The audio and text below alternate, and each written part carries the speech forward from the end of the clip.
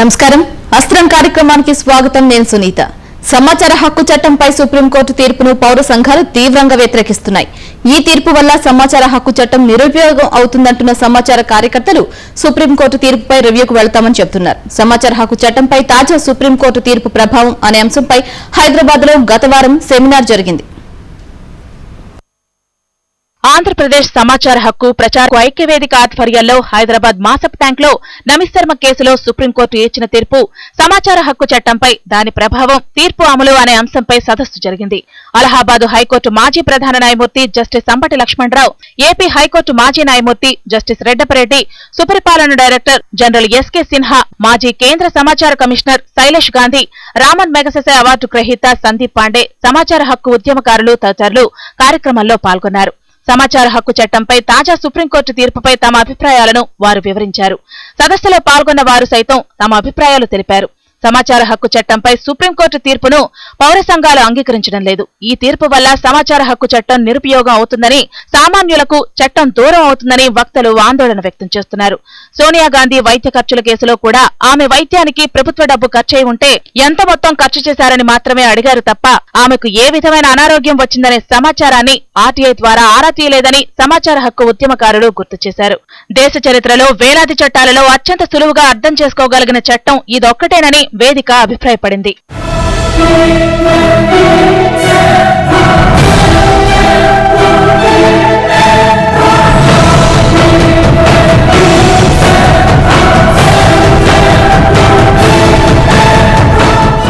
సమాచార హక్కు చట్టంపై సుప్రీంకోర్టు తీర్పును కన్ఫ్యూజ్డ్ ఆఫ్ క్లెవర్ థింకింగ్ గా మాజీ కేంద్ర సమాచార కమిషనర్ శైలేష్ గాంధీ అభివర్ణించారు.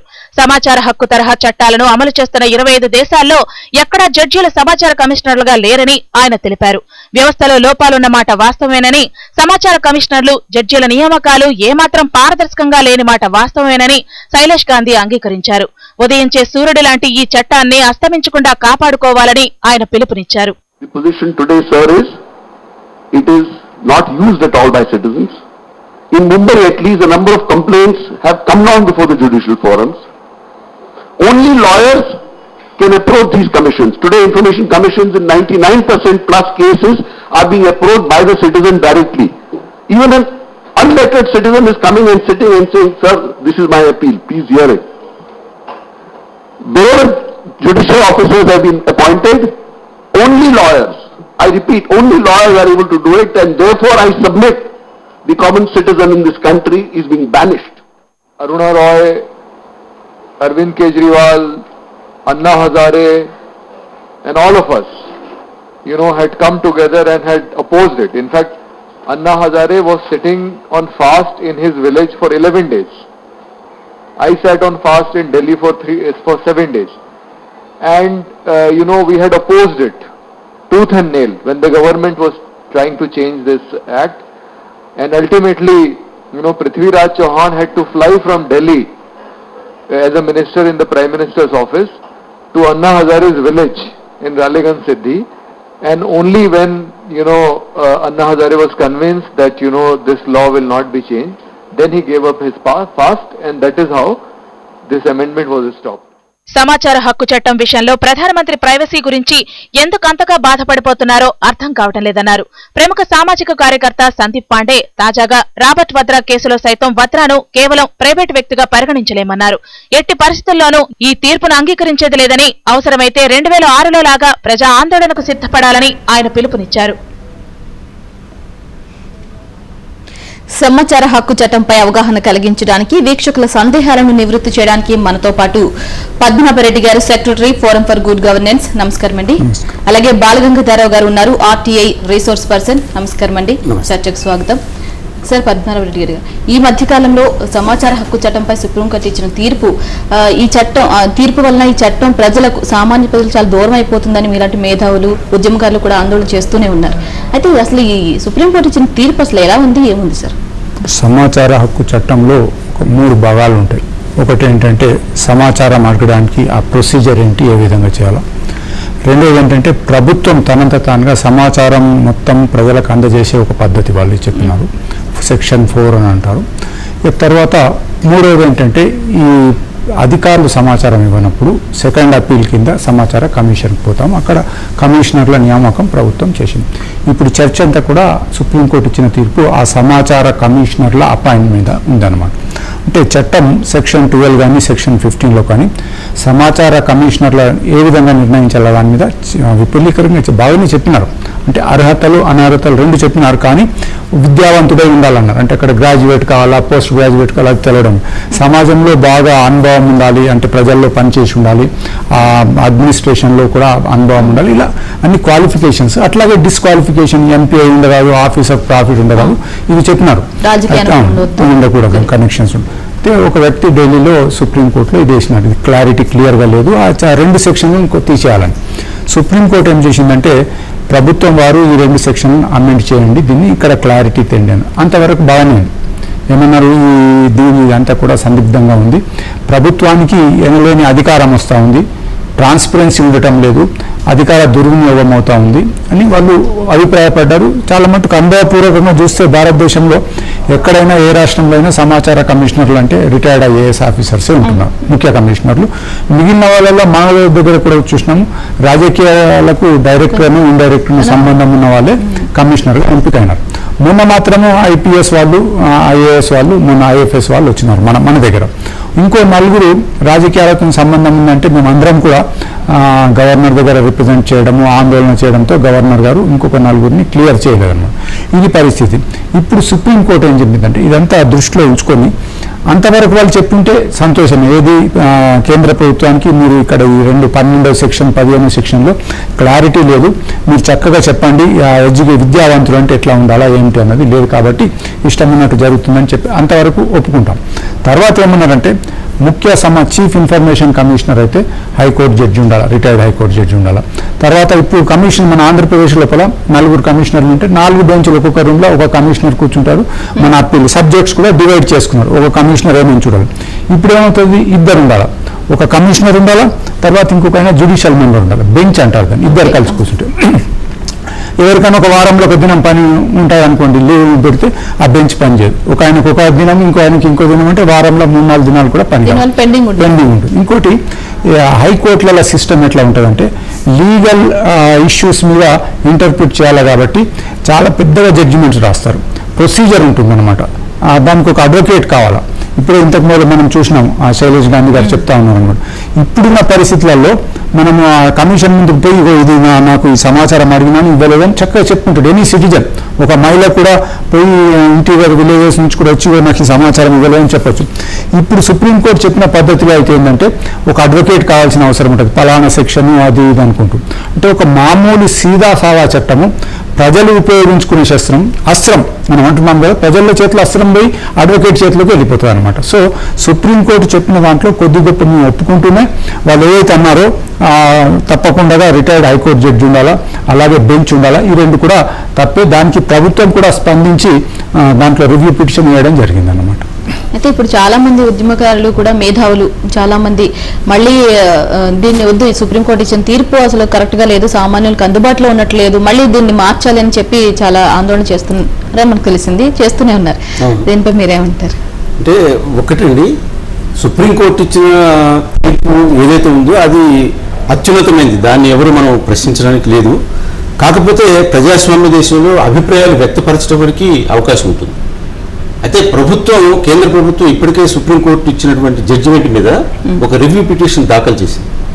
సో అది విచారణకు రావాల్సి ఉంది. దాని మీద వాళ్ళు విచారణ చేసి, అంటే ప్రభుత్వం ఏమడిగింది, దానికి వాళ్ళు ఎటువంటి వివరణ ఇస్తారనేది మనం వేచి చూడాల్సి ఉంటుంది.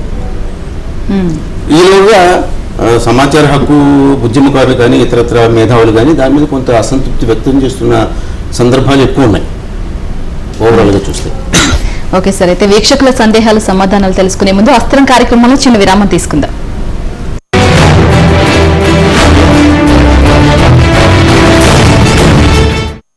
అమ్మ విలువలు అక్కడ సీరియల్, ఇక్కడ వంట, ఇవాళ డాటర్ స్పెషల్. గో ఏంటి స్పెషల్? పులిహోరా, బొబ్బట్ల? అవేమి కాదు, ఈ రోజు స్పెషల్ ఆరోగ్యం. ఆరోగ్యం? గోల్డ్ విన్నర్ తో వండిన ఆరోగ్యమైన భోజనం. Gold winner? ఇందులో essential fatty acids, vitamin E అన్నీ ఉన్నాయి. అయితే ఇది డాటర్ స్పెషల్ కాదు, డాక్టర్ స్పెషల్. గోల్డ్ విన్నరే. సెన్సేషనల్ మూవీస్, దయ్యాల ప్రపంచం,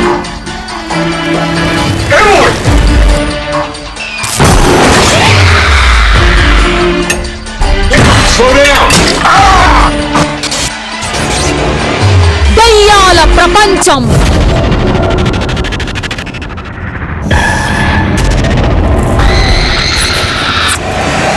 దయ్యాల ప్రపంచం, దయ్యాల ప్రపంచం. మమతల పెన్నిధి అమ్మా, అందరికన్నా విన్నా, ఆనందం నిండిన కుటుంబమే. ఆర్ఎంకేవి నవరాత్రి కలెక్షన్ మీ హృదయాలలో పెళ్ళుడికే ఆనందం నిశ్చయం. మనం ఉరుకుల పరుగుల ప్రపంచంలో జీవిస్తున్నాం. ఈ స్థితి అనేక రకాలైన శారీరక మరియు మానసిక రుగ్మతలకు దారి తీస్తుంది. నేను చికిత్స కోసం కేరళ వెళ్లాలనుకుంటున్నాను. మీ సమస్యకు పరిష్కారం ఇక్కడే దొరుకుతుంది. ఏవీపీ కపిల్ ఆయుర్వేద చికిత్సాలయం. ఇది కోయంబత్తూర్ ఆర్య వైద్య ఫార్మసీ సహకారంతో నిపుణులైన వైద్యుల ద్వారా సేవలు అందిస్తుంది. 5 చికిత్సా గదులు, 24 గంటల ఫార్మసీ, 36 పడకల ఏసీ మరియు నాన్ ఏసీ గదులు రోగులకు అందుబాటులో ఉంటాయి. AVP Kapil Ayurveda Chikitsalayam, Champapet, Hyderabad. Phone number 9912347026, Mogalrajpuram, Vijayawada. Phone number 8498913331. Lizol 3-in-1 రక్షణ. ఒక్క మూతడి లైజాల్ 60 సెకండ్లలో చంపుతుంది 99.9% క్రిములని. ఫినాల్ తో పోలిస్తే 10 రెట్లు ఎక్కువగా బ్యాక్టీరియాను చంపుతుంది. శుభ్రతతో పాటు ఇది ఇస్తుంది చక్కటి సువాసన. ఇప్పుడు ఇండియన్ మెడికల్ అసోసియేషన్ ద్వారా ఆమోదించబడింది. ఇప్పటి వరకు మా అమ్మాయి ఒక అబ్బాయితో కూడా మాట్లాడలేదంటే మీరు నమ్ముతారా? నిజమా?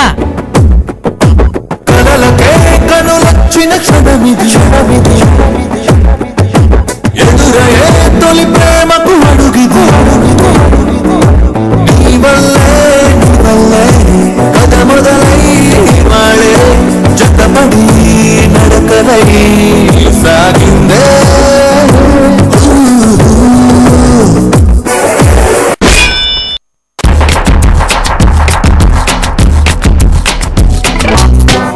Maruti Suzuki new Alto 800 details.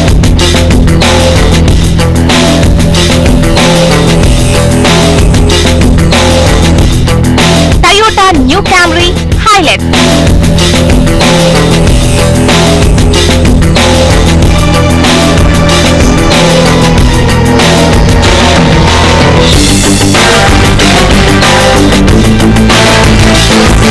Promise.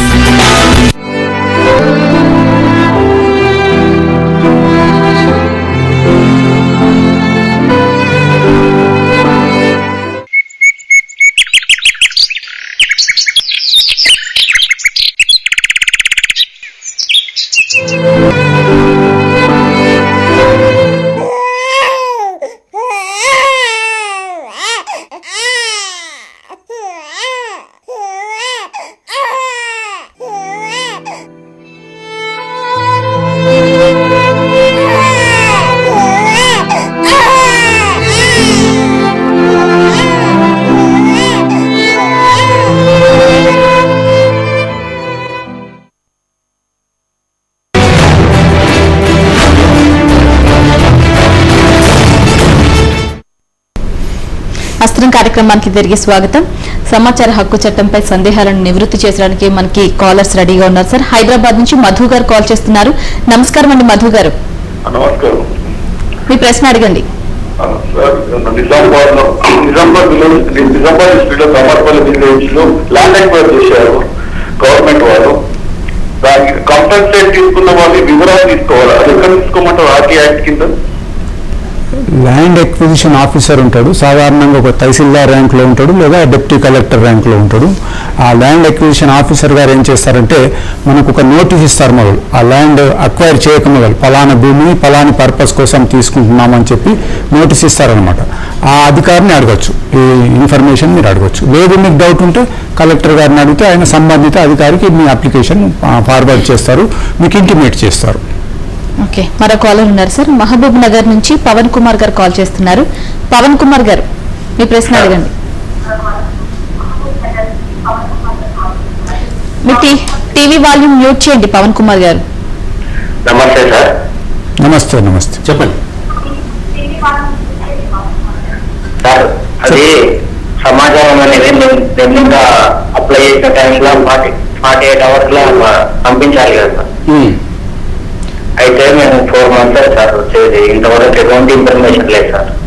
ఇప్పుడు చట్టంలో ఒక అవకాశం ఇచ్చారంటే అది వ్యక్తి జీవితానికి సంబంధించి లేదా ఈ మానవ హక్కుల ఉల్లంఘనకు సంబంధించి, అంటే మానవ హక్కుల్ని ఎక్కడైతే హరించి వేసే పరిస్థితులు ఏర్పడినప్పుడు అటువంటిప్పుడు 48 గంటల్లోనే సమాచారం ఇవ్వాలనేది చట్టంలో ఒక అవకాశం ఇచ్చారు. అయితే ఈ శ్రోత ఆయన అడిగినటువంటి సమాచారం ఏ కోవకు చెందింది అనేది మనకు కొంచెం స్పష్టంగా తెలవాల్సిన అవసరం ఉంది. దాన్ని బట్టి అసలు దాన్ని బట్టి అంటే ఇప్పుడు మనిషి ప్రాణానికి హాని కలగొచ్చు అన్న సందర్భాల్లోనూ లేదా మానవ హక్కుల ఉల్లంఘన అంటే ఉదాహరణకి ఎవరైనా ఒక పోలీస్ అధికారి ఎటువంటి వారెంట్ కానీ ఎటువంటి పత్రాలు లేకుండా ఒక కురవాణో లేకపోతే ఇంట్లో ఎవరో ఒక వ్యక్తిని తీసుకుని వెళ్ళినప్పుడు అది హక్కుల ఉల్లంఘన అవుతుంది. అటువంటి సందర్భాల్లో ఎందుకు అరెస్ట్ చేశారు, ఏ కారణం వాళ్ళు చేశారని అడిగినప్పుడు తప్పనిసరిగా దానికి 48 గంటల లోపల ఇవ్వాల్సి ఉంటుంది. ఇది ఒక ఉదాహరణ మాత్రమే. ఓకే, మరో కాల్ ఉన్నారు సార్. తూర్పుగోదావరి జిల్లా నుంచి ఉదయ్ భాస్కర్ గారు కాల్ చేస్తున్నారు. ఉదయ్ భాస్కర్ గారు, మీ ప్రశ్న అడగండి. సార్ మేము IBPS రాసాం సార్ ఎగ్జామినేషన్స్. ఆ రాసినటువంటి ఎగ్జామినేషన్స్ కి సంబంధించిన వివరాలు ఎక్కడ తెలుసుకోవాలో మీరు చెప్తారా? దానికి ఏ ఎగ్జామ్ రాశారండి మీరు? IBPS ఎగ్జామినేషన్ రాశారు సార్. IBPS సంబంధించి మన 19 బ్యాంకులు IBPS ఎగ్జామినేషన్ ఉంటాయి పెడతారు కదా, ఆ బ్యాంకుకి సంబంధించిన ఎగ్జామినేషన్ పెట్టినవి. దానికి సంబంధించి వివరించి అనేది మార్క్స్ అనేది కూడా అది మాకు ఎవరు క్వాలిఫై అయ్యారు అనేది ఇన్ఫర్మేషన్, సరైన ఇన్ఫర్మేషన్ పెట్టట్లేదు. అది దాని గురించి ఎవరు క్వాలిఫై అయ్యారు అనే వివరం తెలుసుకోవడం కోసం మేము పెడదాం అనుకుంటున్నాం సార్. అది అంటే కొంత స్పష్టత లేదు ప్రశ్నలో. అంటే IBPS ఎగ్జామ్ రాశారు, అయితే అది ఎందులో ఎంతమంది క్వాలిఫై అయ్యారు, ఎవరు క్వాలిఫై అయ్యారు అని ఆయన తెలుసుకోవాలనుకుంటున్నారు. సంబంధిత కళాశాల కానీ అది ప్రభుత్వ కళాశాల అయితే సంబంధిత కళాశాలని అడగొచ్చు, లేదంటే ఈ వైద్య విజ్ఞాన పరిషత్. ఇది కాంపిటేటివ్ ఎగ్జామ్ కదా సార్, అంటే కొన్ని బ్యాంకులు కలిపి గ్రూప్ ఎగ్జామ్ గా పెడుతుంది కదా, మరి ఆ ఎగ్జామ్ కి సంబంధించి MBBS అంటున్నాడు. IBPS Indian banking service. దీనికి సంబంధించి అంటే ఎక్కడ వాళ్ళకు వీళ్ళందరికీ కూడా సైట్స్ ఉంటాయి. వాళ్ళ వెబ్సైట్లో పోయినట్టయితే వాళ్ళ RTI ఒక లింక్ ఉంటుంది, దాంట్లో PIO ఎవరు, అప్పిలేట్ అథారిటీ ఎవరు అన్నది ఉంటుంది. బ్యాంకింగ్ దాంట్లో మీరు వెళ్ళినట్టయితే ఆ నెక్స్ట్ హయ్యర్ ఆఫీసర్స్కు అడగొచ్చు. మొదలు PIO ఈ ఎగ్జామ్స్ సంబంధించిన ఎవరైతే పబ్లిక్ ఇన్ఫర్మేషన్ ఆఫీసర్ ఉంటారో వారికి మీరు ఇన్ఫర్మేషన్ అడగచ్చు. అదే మామూలుగా 10 రూపాయల చాలానా కట్టి అడగచ్చు.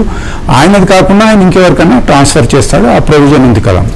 ఇన్ఫర్మేషన్ వస్తుంది కదా. ఇన్ఫర్మేషన్ సహజంగా ఇటువంటి ఈ కాంపిటేటివ్ ఎగ్జామ్స్ కి సంబంధించి పద్మారెడ్డి గారు చెప్పినట్టు ఆ సైట్లోకి అప్పుడప్పుడు వెళ్ళి చూస్తూ ఉంటే వాళ్ళు ఈ రిజల్ట్స్ రిలీజ్ చేస్తుంటారు, లేదంటే ఎప్పుడు రిజల్ట్స్ బయట పెట్టే అవకాశం ఉంది, అవి కూడా వాళ్ళు సమాచారం ఇస్తుంటారు ఎప్పటికప్పుడు. నెక్స్ట్ కాలర్ ఉన్నారు సార్, బెల్లంపల్లి నుంచి వెంకటేష్ గారు కాల్ చేస్తున్నారు. వెంకటేష్ గారు, మీ ప్రశ్న అడగండి. నమస్తే అండి. నమస్తే.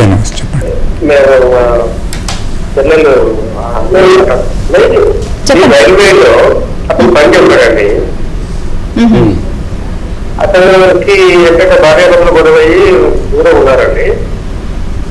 శాలరీ సర్టిఫికేట్ మెయింటెనెన్స్ కింద అప్లై చేయడానికి RTI ఆఫీసర్ కి అప్లై చేశామండి. అప్లై చేస్తే వాళ్ళు ఏమని మాకు నోటీస్ ఇచ్చారంటే అతను థర్డ్ పార్టీకి కింద మేము ఇన్ఫర్మేషన్ ఇవ్వలేము, అది వాళ్ళని పార్టీకి ఇన్ఫర్మేషన్ ఇచ్చారు. 3-4 months అయిందండి, మాకు ఇంకా రిప్లై రాలేదండి. ఏం చేయమంటారు? అంటే దీంట్లో ఏంటంటే ఒక వ్యక్తి యొక్క జీతం ఎంత అన్నది థర్డ్ పార్టీ వాళ్ళకి ఇవ్వాల్సిన అవసరం లేదు, అది చట్ట ప్రకారంగా అదే ఉంది. కాకపోతే వాళ్ళిద్దరు గొడవలు ఉన్నాయి, భార్య భర్త జీతం ఎంత అని అడగడంలో తప్పు లేదు, బట్ వేరే ఇతర వ్యక్తులు అడగడానికి లేదు. మీరు అవసరం అనుకుంటే ఆ భార్య సంతకం తీసుకొని మళ్ళీ అప్లై చేయండి, తప్పకుండా ఆమెకు ఆ ఇన్ఫర్మేషన్ ఇస్తారు. ఓకే, మరో కాలర్ ఉన్నారు సార్, గజ్వేల్ నుంచి నాగరాజ్ గారు కాల్ చేస్తున్నారు. నాగరాజ్ గారు, మీ ప్రశ్న అడగండి. హలో సార్,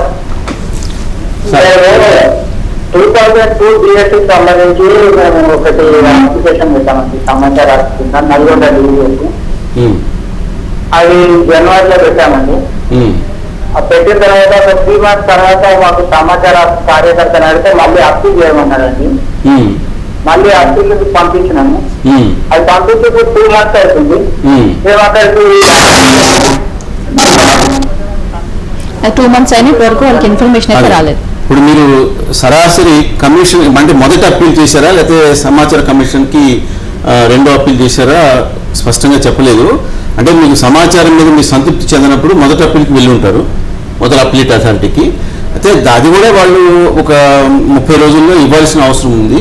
కాకపోతే కొంత ఈ మధ్య డిలే అవుతుంది, కొంతకాలం వాళ్ళు వేచి చూడాల్సి వస్తుంది. అంటే అది ఎవరి నిర్లక్ష్యం సార్? అధికారుల నిర్లక్ష్యమా లేకపోతే అధికారుల నిర్లక్ష్యమే? వాళ్ళ దగ్గర ఇన్ఫర్మేషన్ లేకపోవడం అంటారా? అసలు ఇంతకాలం చూడాల్సిన అవసరం కూడా లేదు. ఎందుకంటే అప్పీల్కి వెళ్ళినప్పుడు వెంటనే కొద్ది రోజుల్లోనే దానికి సంబంధించిన సమాచారాన్ని చెప్పించి ఇవ్వడము, లేకపోతే ఇతను అడిగిన సమాచారం లేకపోతేనో లేకపోతే ఇవ్వటానికి అవకాశం లేని సమాచారము ఏదో చెప్పాలి వాళ్ళకి.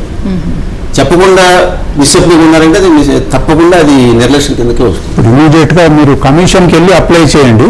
కొన్ని సందర్భాలలో మనం ఇచ్చిన యొక్క సమాచారం అడిగేది రకరకాలుగా ఉంటుందన్నమాట.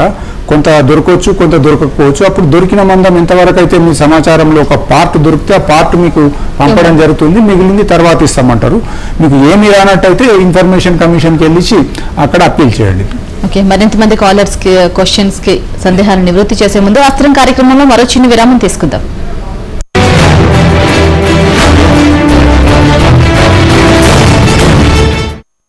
అమ్మ విలువలు అక్కడ సీరియల్, ఇక్కడ వంట. ఇవాళ డాటర్ స్పెషల్ గో. ఏంటి స్పెషల్? పులిహోర, బొబ్బట్ల? అదేమి కాదు, ఈ రోజు స్పెషల్ ఆరోగ్యం. ఆరోగ్యం? గోల్డ్ విన్నర్ తో వండిన ఆరోగ్యమైన భోజనం. Gold winner? ఇందులో essential fatty acids, vitamin E అన్నీ ఉన్నాయి. అయితే ఇది డాటర్ స్పెషల్ కాదు, doctor special. Gold winner, gold విన్నరే. ఈ రోజుల్లో చాలని సమయంతో ఆరోగ్యకరమైన జీవన విధానం పూర్తిగా నిర్లక్ష్యపరచడం ద్వారా ఎన్నో రుగ్మతలకు దారితీస్తుంది. ఇలాంటి సమస్యలు మీరు ఎదుర్కొంటున్నారా? ఏవీపీ కపిల్ ఆయుర్వేద చికిత్సాలయం. ఇది కోయంబత్తూర్ ఆర్య వైద్య ఫార్మసీ సహకారంతో నిపుణులైన వైద్యుల ద్వారా సేవలు అందిస్తుంది. 5 చికిత్సా గదులు, 24 గంటల ఫార్మసీ, 36 పడకల ఏసీ మరియు నాన్ ఏసీ గదులు రోగులకు అందుబాటులో ఉంటాయి. AVP Kapil Ayurveda Chikitsalayam, Champapet, Hyderabad. Phone number 99123426, Mogalrajpuram, Vijayawada. Phone number 8498913331. Sensational movies, దయ్యాల ప్రపంచం.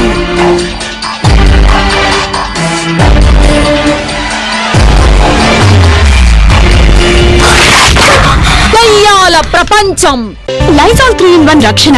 ఒక్క మూతడి లైజాల్ 60 సెకండ్లలో చంపుతుంది 99.9% క్రిములని. ఫినాల్ తో పోలిస్తే 10 రెట్లు ఎక్కువగా బ్యాక్టీరియాను చంపుతుంది. శుభ్రతతో పాటు ఇది ఇస్తుంది చక్కటి సువాసన.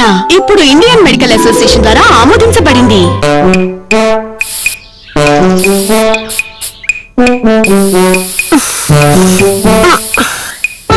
ఇప్పుడు దోమల బారి నుండి రక్షణకు ఒక కొత్త మార్గం. కొత్త మోర్టీన్ నేచర్ గార్డ్. ప్రకృతి సిద్ధమైన గుణాలతో పాటు ఇది మా కుటుంబాన్ని సురక్షితంగా ఉంచుతుంది, ఇంకా దోమలను వెంటనే అంతం చేస్తుంది. మోర్టీన్ నేచర్ గార్డ్ మీ కుటుంబం పట్ల శ్రద్ధ వహిస్తుంది. ఇప్పుడు Mortein nature guard vaporiser power booster తో పాటు. బాబాయ్, ఈ ఏరియాలో కొత్త ఫిగర్ ఏమైనా అద్దె దిగిందా?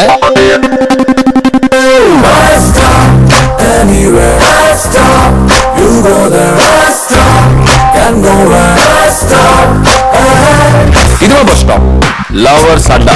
Cash my point. ఆడపిల్ల నా వైపు ఉంది కాబట్టి తల వంచుకు పెడుతుంది, లేకపోతే ఇక్కడి నుంచి తలలు తీసుకెళ్లేవాడిని. ఎందుకు సార్ మాతో గొడవలు? వెళ్ళండి. మార్కెట్ ర్యాలీలోనూ మీకు లాభాలు రాలేదా?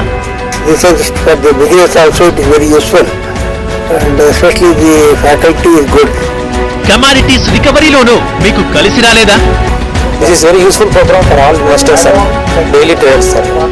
మార్కెట్ కదలికల మర్మాన్ని కనిపెట్టలేకపోతున్నారా?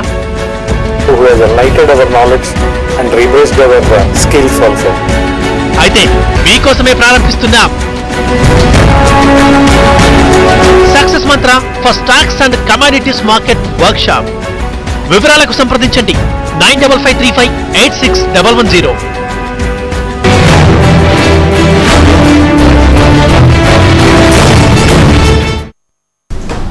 అస్త్రం కార్యక్రమానికి తిరిగి స్వాగతం. బాలగంగాధరరావు గారు, అయితే ఈ మధ్య కాలంలో మనం సమాచార హక్కు చట్టం చాలా విపరీతంగా ప్రజల్లోకి వెళ్ళింది. అయితే దేశంలో అమలులో ఉన్న చట్టాలకు సమాచార హక్కు చట్టానికి ఉన్న తేడా ఏంటి? ఇది చాలా ముఖ్యమైన ప్రశ్న వేశారు. ఇప్పుడు మనకి స్వాతంత్రం తర్వాత వేలాది చట్టాలు వచ్చాయి. అంటే సాధారణంగా ప్రపంచంలో ఏ దేశంలోనైనా ఏ ప్రజాస్వామిక దేశంలోనైనా చట్టాలు అనేది ప్రభుత్వాలు ముఖ్యంగా అమలు పరుస్తూ ఉంటాయి. దాన్ని శిరసావహించి పౌరులు అనుగుణంగా ప్రవర్తించాల్సి ఉంటుంది. అయితే మన ఈ సమాచార హక్కు చట్టం విషయంలో మాత్రం ఒక ప్రత్యేకత ఏంటంటే ఇక్కడ పౌరుడు శాసిస్తాడు, ప్రభుత్వం అమలుపరచాలి. అంతటి వినూత్నమైనటువంటి చట్టం కాబట్టి దీని మీద ఈరోజు గత 7 సంవత్సరాల నుంచి దేశంలో ఉన్నటువంటి అనేక మంది మేధావులు కానీ వీళ్ళందరూ ఈ చట్టాన్ని ఇలాగే కొనసాగించాలి, ఈ చట్టం మీద ఎక్కువ మందికి అవగాహన కల్పించాలి, ఎక్కువ మంది ఈ చట్టాన్ని ఉపయోగించుకుంటూ పాలనలో జరుగుతున్నటువంటి సమాచారాన్ని తెలుసుకుంటూ ఎక్కడైనా అవకతవకలు కానీ అవినీతి కానీ జరిగే అవకాశం ఉన్నప్పుడు వాటిని నిలువరించవచ్చు. వీటి ద్వారా ఈ విధంగా నిలువరించడం ద్వారా పాలనలో ఒక పారదర్శకతని తీసుకురావడం, జవాబుదారీతనాన్ని తీసుకురావడం, భవిష్యత్తు తరాలకి ఒక మంచి సమాజాన్ని అందించాలనే ఒక ముఖ్యమైనటువంటి లక్ష్యంతో మొన్నము ఒక గొప్ప చట్టం వచ్చిందనే ఆనందం కూడా ఉంది. కానీ దురదృష్టం ఏంటంటే అధికార పార్టీలో ఉన్న అధికార పక్షాలు మాత్రం, అంటే మొన్న వచ్చే ప్రధానమంత్రి గారు కూడా ఏమంటారంటే చాలామంది సమాచార హక్కు చట్టాన్ని దురుద్దేశపూర్వకంగా వాడుకుంటున్నారు, వ్యక్తిగత సమాచారాన్ని తీసుకుంటున్నారు అనేది. కానీ చట్టాన్ని కనుక ఖచ్చితంగా మనం పరిశీలించి చూస్తే ఒకవేళ వ్యక్తిగత సమాచారం ఎవరైనా అడిగినా కూడా అది ఇవ్వాల్సిన అవసరం లేని నిబంధనలు దాంట్లో స్పష్టంగా ఉన్నాయి. అంతే అలాగే ప్రధానమంత్రి గారు కూడా ఆ మాట అన్నారే తప్ప ఏదైనా ఒక కేసును ఉదహరించి ఈ కేసులో సమాచారాన్ని తీసుకోవటం వల్ల పలానా వ్యక్తి ఇబ్బంది పడ్డాడనో లేకపోతే నష్టం జరిగిందనో అని ఉదహరించలేకపోయాడు. కంటే దీన్ని బట్టి చూస్తే ఏంటంటే ప్రభుత్వాలకి ఈ చట్టం అంతగా నచ్చలేదు అనుకోవాలి, అంటే ఇష్టం లేదేమో అనుకోవాలి. అందుకని ప్రధానమంత్రి స్థాయి లాంటి వ్యక్తి కూడా దీనికి సవరణలు సూచించటము లేకపోతే దీని మీద కామెంట్ చేయటం కాకుండా అదే సమయాన్ని వాళ్ళ పాలనలో ఉన్నటువంటి పారదర్శకతను పెంపొందించడానికి ఎక్కడైతే అవకతవకలు లొసుకులు ఉండే అవకాశం ఉందో దాన్ని సరిదిద్దే పరిష్కారం చేస్తే అసలు ఈ చట్టాన్ని ఉపయోగించుకునే అవసరం పౌరులకు ఉండదు. రైట్. పద్మనాభరెడ్డి గారు, అయితే సమాచార కమిషనర్లుగా జడ్జిలు నియమించే అవకాశాలు కనిపిస్తున్నాయి, ఎక్కువగా వినిపిస్తుంది. అయితే వారిని కనుక నియమిస్తే దానివల్ల సమాచార హక్కు చట్టానికి లాభం అంటారా నష్టం అంటారు అంటే సామాన్య ప్రజలకు? అంటే జడ్జిలు చీఫ్ ఇన్ఫర్మేషన్ కమిషనర్గా నియమించి మాత్రాన పెద్దగా నష్టమేమి ఉండదు. కాకపోతే తప్పకుండా వాళ్ళే, అంటే ప్రతి రాష్ట్రంలో chief information commissioner high court judge ఉండాలంటే అది కొద్దిగా ఇబ్బందికరంగా ఉంటుంది. తర్వాత సుప్రీంకోర్టు తన జడ్జిమెంట్లో ఏముందంటే జడ్జిలు ఉన్నట్టయితే ప్రజలకు ఈ సంస్థ మీద నమ్మకం కలుగుతుంది అన్నారు. అది మేము తీవ్రంగా ఆక్షేపిస్తున్నాం. ఎందుకంటే ఇక సమాజంలో ఒక జడ్జిలే సరి అయిన పని చేస్తారు, మిగిలిన వాళ్ళు ఎవరు చేయరన్నది మాత్రం అది తప్పు. అది మరి సుప్రీంకోర్టు అలా అని ఉండకపోతే బాగుండేది. ఇక్కడ ఏంటంటే జడ్జిలను కూడా తీసుకోవాల్సిన అవసరం ఉంది. అడ్వకేట్స్ మంచి దాంట్లో ఉంది కూడా, లా విషయం లోపల అనుభవం ఉన్న వాళ్ళని కూడా తీసుకోవచ్చని. కాకపోతే ప్రభుత్వం యొక్క తప్పిదనం వల్ల ముఖ్యంగా ఈ ఐఏఎస్ ఐపీఎస్ ఆఫీసర్స్ని ఎక్కువ తీసుకోవడం వల్ల అందరికీ ఆ జడ్జెస్ కూడా ఎవరు ఏమీ కేర్ చేయడం లేదని ఉంది. జడ్జెస్ ఉంటే మంచిదే, జడ్జెస్ ఉండొద్దని కాదు. కానీ సుప్రీంకోర్టు ఆర్డర్లో, అంటే నేను సుప్రీంకోర్టుని క్రిటిసైజ్ చేయడం లేదు, కానీ విశ్రాంత జడ్జిలకు ఇది ఒక ఎంప్లాయ్మెంట్ ఆపర్చునిటీగా అయిపోతున్నదేమో అన్న ఒక అపవాదు కూడా సుప్రీంకోర్టు తన ఆర్డర్ ద్వారా మూట కట్టుకున్నదని మాత్రం చెప్పొచ్చు అనమాట. Right sir. పద్మనాభరెడ్డి గారు, అలాగే బాల గంగాధర్రావు గారు అస్త్రం కార్యక్రమంలో సమాచార హక్కు చట్టంపై చక్కటి అవగాహన కలిగించారు. Thank you very much sir. ఇది వాటి అస్త్రం కార్యక్రమం. మరో అస్త్రంతో మళ్ళీ మీ ముందుంటాం. నమస్కారం.